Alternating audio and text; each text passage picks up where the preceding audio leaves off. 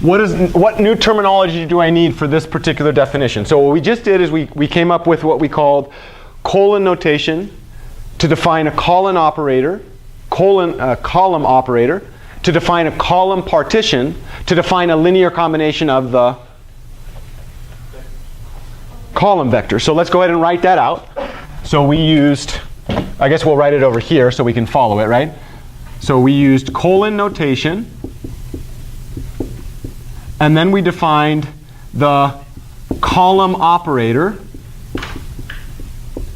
and then we defined the column partition, and then we defined what?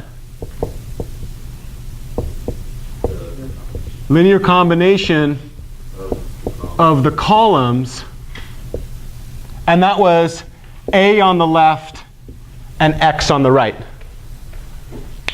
If we were to do this, and this is what we might say column paradigm.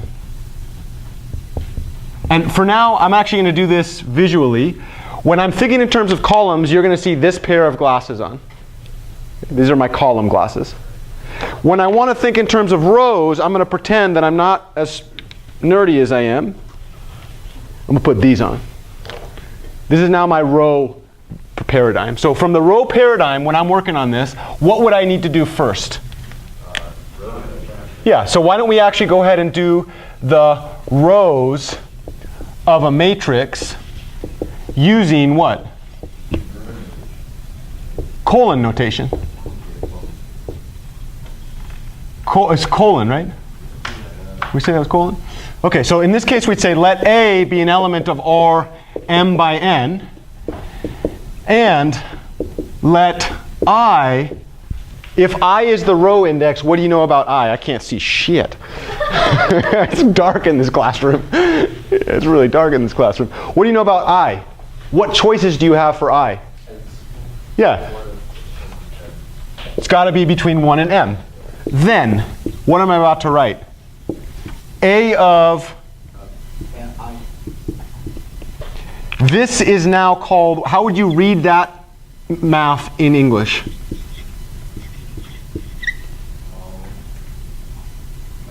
Oh yeah, ith row of the matrix A. And another way to say that is, take the matrix A, go to the ith row, and take all column entries in that row.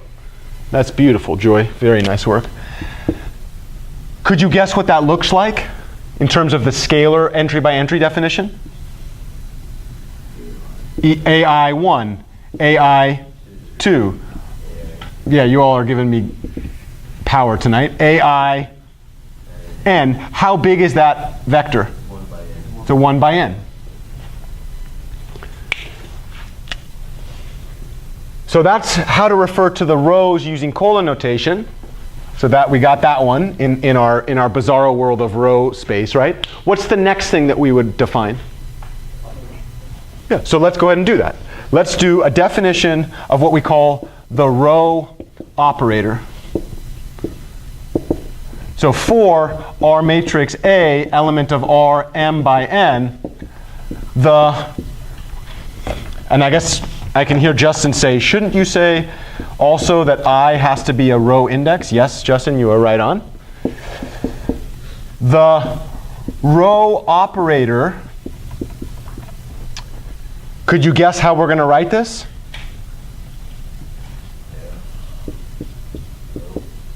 And what is that? It's the ith row of A, which means I go to A, I go down to the ith row, and I take all column entries in that row. And what does that look like scalar by scalar? Well, I would start with the first row, then I would go to the second row, then I would go to the third row, and I would go finish all the way with the